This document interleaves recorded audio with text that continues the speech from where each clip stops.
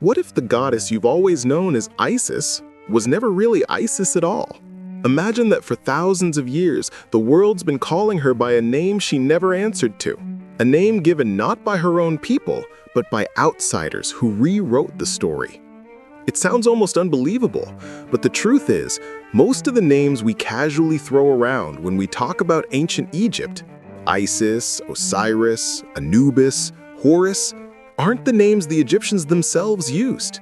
They're echoes, translations, sometimes even distortions layered on top of the originals. And here's the twist. Those original names weren't just sounds.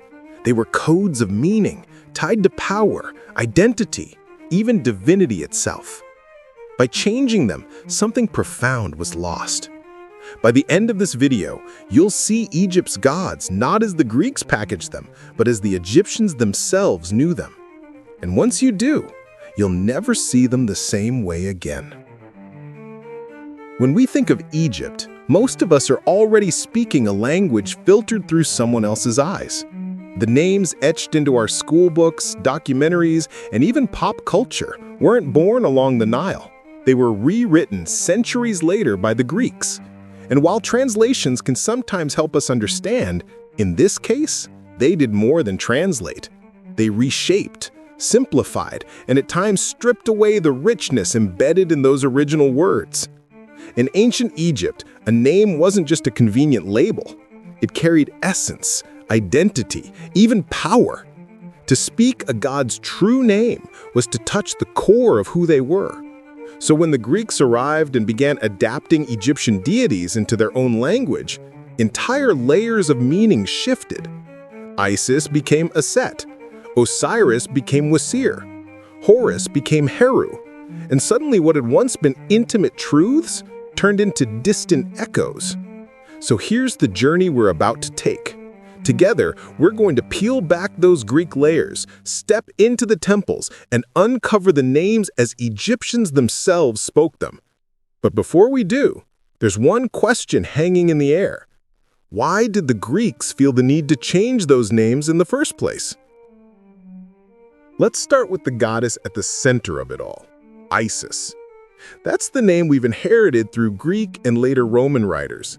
But in Egypt itself, no one would have called on Isis. Her true name was Aset. Say it slowly. A-Set. It feels different on the tongue, doesn't it? Softer, more grounded, closer to the way her own people would have spoken it under the desert sun or in the shadows of temple walls. The name Isis is really a Greek attempt to approximate something they didn't quite have the sounds for. The Greeks added their own ending, reshaped the pronunciation, and in doing so, shifted her identity. To us, Isis might sound exotic, mystical, almost otherworldly. But to Egyptians, Aset wasn't distant. She was mother, protector, throne, magician, the very embodiment of the power that upheld kingship itself. And all of that was wrapped up in her name. Here's the part that most people never hear. Egyptian names were built not just from sounds, but from symbols. Aset's name in hieroglyphs wasn't just letters strung together, it was a picture, a living image of her essence. Imagine carrying a name that literally shows who you are every time it's written. That's what Aset had. And here's where the tension rises. If her Greek name stripped away that depth, what did the original symbols in her name actually reveal about her? Why was this goddess so central, so powerful, that the very throne of Egypt was tied to her identity? We're about to open that door, but first we need to understand who Aset really was to the Egyptians themselves, beyond the Greek veneer. Aset's name in hieroglyphs was more than just phonetic, it was a symbol of sovereignty itself. Written with the hieroglyph of a throne, her very identity was inseparable from kingship. Imagine that. Every time her name was inscribed, it wasn't just saying Aset, it was literally drawing the seat of power. That's why she was called the throne goddess. Without her, the king had no legitimacy, because she wasn't only the mother of Horus, she was the one who passed divine authority through her bloodline. Her name was a crown before the crown. But Aset was more than politics. She was the great magician, the one who outwitted Ra himself by coaxing his secret name from him. In myths, she appears as healer, protector of children, the devoted wife who gathers the scattered pieces of Wesir, whom we call Osiris, and breathes life into him again. Her power wasn't brute strength, but wisdom, cunning, and resilience. To the people of Egypt, Aset was proof that divine power could be tender and fierce at the same time. Think of it this way. Where the Greeks saw a goddess to slot into their pantheon, the Egyptians saw their mother, their protector, the very structure upon which their society rested. Her name, Aset, carried that weight. When it was changed to Isis, a layer of intimacy was lost, as though her true face had been veiled behind a foreign tongue. And this is just one goddess. If the name Isis hides so much of who Aset really was, what about the others? What about Wesir, who became Osiris? What about Heru, who became Horus? Or Djehuty, who we only know as Thoth? If a single name could strip away layers of meaning, then maybe the Egyptian pantheon we think we know is only a shadow of what it really was. When the Greeks set foot in Egypt, they didn't just conquer land, they conquered language. Picture it. Alexander the Great marches in, temples stand tall, priests whisper prayers in ancient tongues, and suddenly the world's most powerful empire is trying to make sense of gods with names their mouths can't quite form. The Greek language simply didn't have the same sounds, the same rhythm, so they reshaped what they heard into something that fit their world. Aset became Isis, Wesir became Osiris, Heru turned into Horus, Djehuty became Thoth. It might seem harmless at first, right? Just translation. But think about it. If your name is Juan, and in one country they call you John, and in another Jean, after a while, the name loses the flavor of who you are. It fits the culture saying it, not the culture you came from. And what's worse, with every step away from the original, you lose meaning. Heru, for example, literally ties to the word for the sky. In Greek, Horus sounds nice, but it doesn't whisper the heavens every time it's spoken. This is the part most of us never hear. In Egyptian culture, names weren't just convenient labels, they were sacred codes. To know a name was to know an essence. To speak a name was to give it life.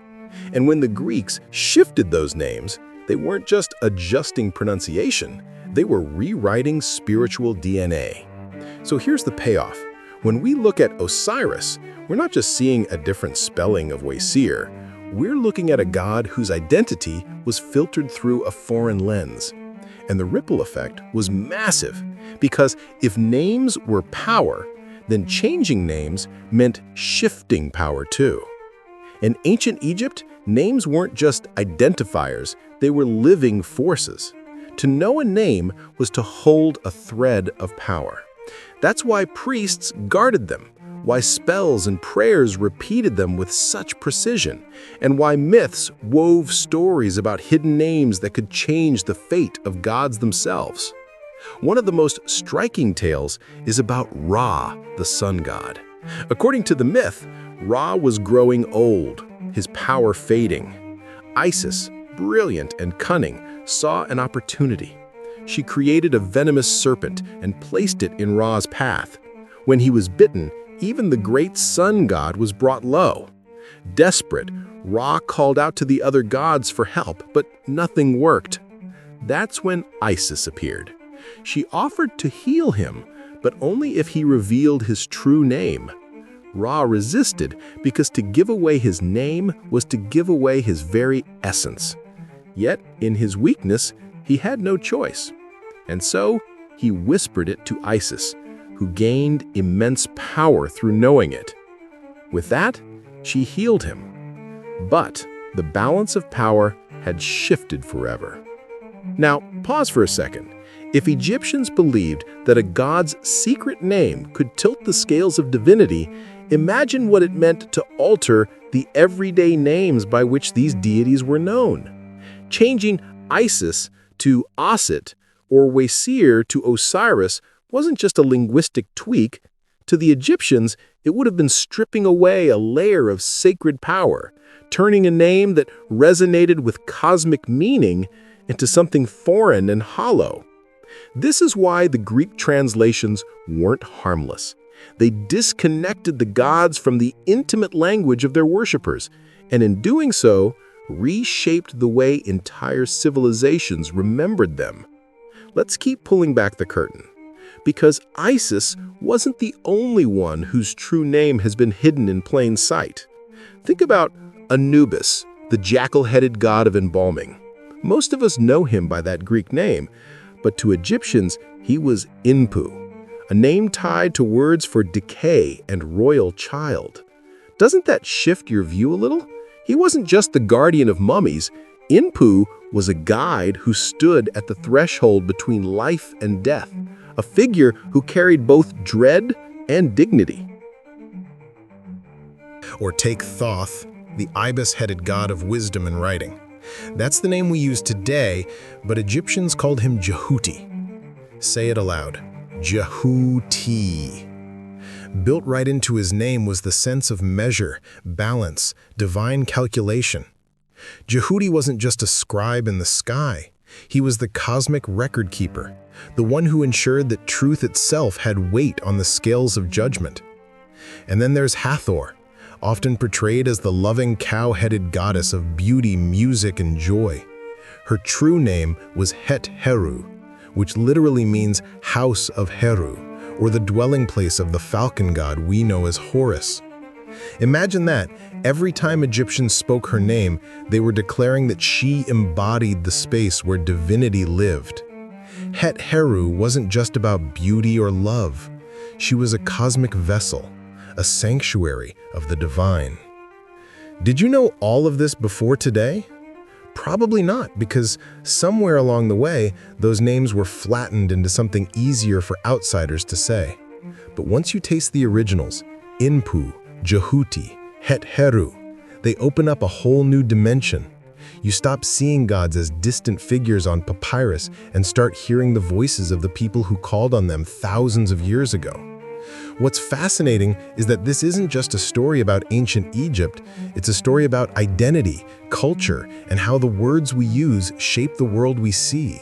Names carry meaning, they carry history, they carry power.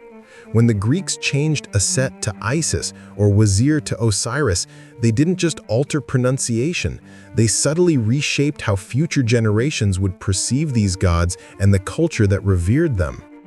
The same thing has happened throughout history. Colonizers arrived in Africa, the Americas, Asia, renaming rivers, cities, even people. Indigenous names were replaced with European ones, and with each replacement, layers of meaning were erased. A place, a person, or a god could be remembered, but the soul of the original word, the story it carried, was lost or muffled. Understanding Aset instead of Isis, Inpu instead of Anubis, Djehuty instead of Thoth isn't just a historical curiosity, it's a window into the worldview of the Egyptians themselves. Their gods, their myths, their society, it all makes more sense when you hear the words they actually spoke, when you feel the rhythm, the symbolism, the intimacy embedded in those names. And here's the kicker, the names of gods aren't just history, they're keys to understanding a culture, a worldview, and even the power humans place in words. So when we reclaim these names, we're doing more than correcting pronunciation. We're glimpsing the essence of a civilization and the way it understood life, death, and divinity itself. So here's the full picture laid out clearly.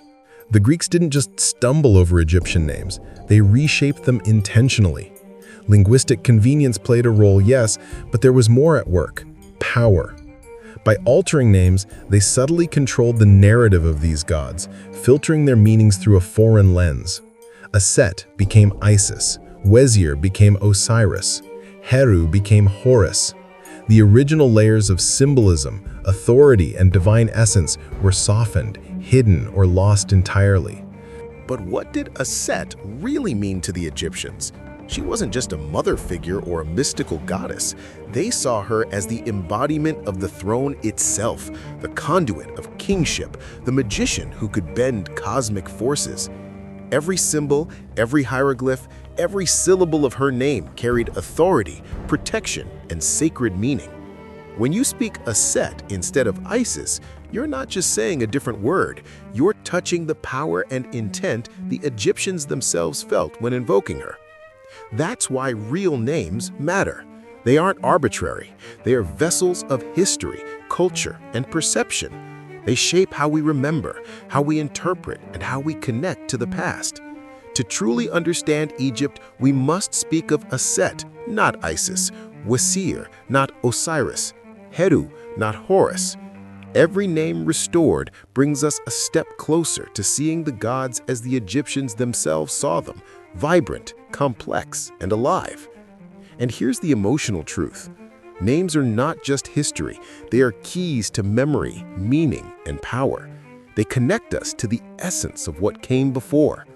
So next time you read about Egyptian gods, pause. Ask yourself, what did their true names carry? What richness might we be missing when we use the names history gave us instead of the ones they held themselves? If this journey into Aset, Wesir, and the other gods has opened your eyes, take a moment to reflect on the names in your own life, places, people, even yourself. What power or story lies hidden there? And if you want to keep uncovering hidden truths from history, culture, and beyond, hit subscribe, because this is just the beginning of seeing the world through its original names.